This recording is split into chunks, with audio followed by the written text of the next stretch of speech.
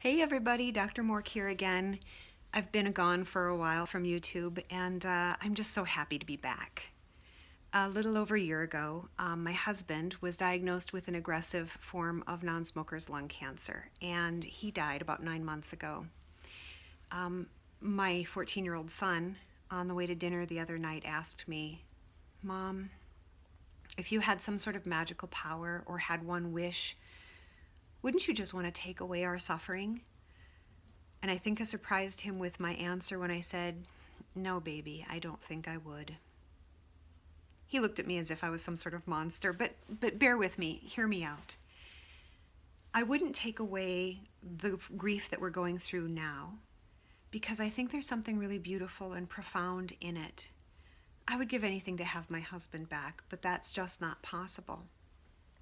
But the grief that we're having as a result is bittersweet. My kids, as a result of having seen their dad get sick and die and have to live without him now through a series of holidays, Thanksgiving, Christmas, Easter. My daughter graduated high school without her dad. It has been really difficult, and yet we've been able to tie such really beautiful memories to each one of these events. But also, their characters have become so much more pronounced as a result of what they're going through.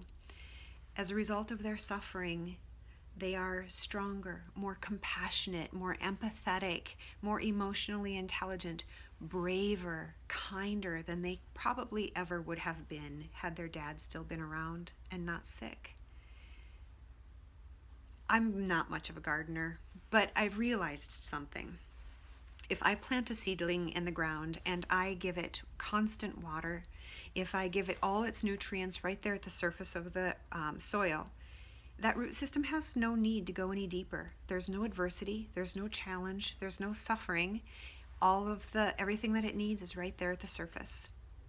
But if you garden like I do, and you plant a seedling in the ground and then you kind of forget about it, that root system is going to have to burrow deep to find water, to find nutrients, to get the sustenance it needs to thrive. So what happens when you have a strong wind come along or a strong rain? The force of that wind against that plant that has such a shallow root system, there's nothing to tether that plant to the ground, and that's the end of the plant. But the plant that has the very deep root system, when a strong wind comes along, that plant isn't going anywhere. I think the same thing is happening with my children. Just like the deep root system, because of adversity and challenge and suffering, that plant has become hardy and resilient. I am raising two very hardy, resilient teens. So would I take away their suffering? No, baby, I don't think I would.